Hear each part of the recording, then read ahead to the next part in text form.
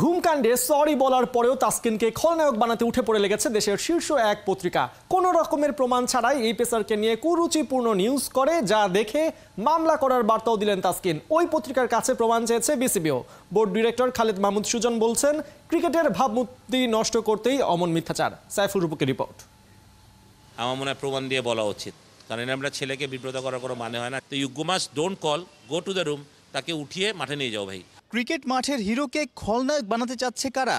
খেলাযোগের breaking, ঘুমিয়ে থাকায় bus miss করেন তাসকিন। ঘুমকাণ্ড ইস্যুতে তাসকিন সরি বলেছেন আগেই, তবুও কেন বুধবার দুপুরে নিজের ফেসবুক পেজে ক্ষুব্ধ হয়ে স্ট্যাটাস দিলেন এবং মামলা করার হুমকিও দিলেন ঢাকা এক্সপ্রেস। বুধবার সকালেই দেশের শীর্ষস্থানীয় এক পত্রিকা ঘুম ও বমিকাণ্ড শিরোনামে তাসকিনের নিবেদন, লাইফস্টাইল এবং ডিসিপ্লিন নিয়ে বড় অভিযোগ তোলে। শুধু ভারত ম্যাচ নয়, নেপাল ম্যাচের আগেও নাকি টিম মেম্বারদের সামনে বিতর্কিত হয়েছিলেন তাসকিন। প্রমাণবিহীন অমন খবর শুধু তাসকিনকে নয়, বিসিবি কর্তা থেকে ভক্ত সবাইকেই বাকরুদ্ধ করেছে। ওই কুরুচিকর আপত্তিকর সংবাদের প্রমাণ না দেখাতে পারলে অ্যাকশনে যাবে বিসিবিও।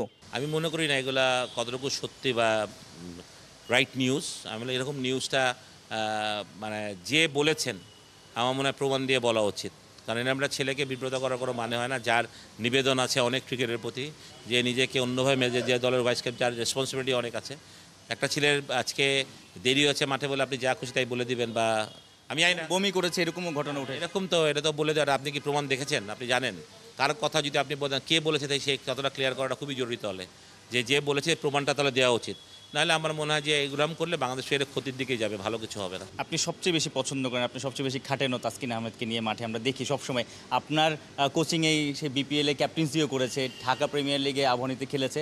সেই তাসকিনের এই যে ঘটনাটা, সেটা আপনি কিভাবে শুনেছেন এবং শোনার পর আসলে আপনার রিয়াকশন, কিংবা তাসকিনের সঙ্গে কথা হয়েছে কিনা? তাসকিন একটু ঘুমকাতুরে ছেলে, এটা সবাই জানে, সেটা নতুন কিছু না। তো হতেই পারে একটা ছেলে সকালে হয়তোবা, যেটা আমি শুনেছি ওই সকালে যে 7 AM অ্যালার্ম দিবে, ওইটা হয়তো বা 7 PM হয়ে গেছিলো। বাট এটা তারপর এটা ওর দোষ, আমি পুরো ব্লেমটাই ওকে দিই। হ্যাঁ, এত বড় ম্যাচ লাগে। বাট আমি এটাও মনে করি ফোন যেমন অনেক করেছিল পাইনি, সেক্ষেত্রে আমি জানি না তাসকিনের সাথে আমার অবশ্যই এটা আমি জিজ্ঞেস করিনি।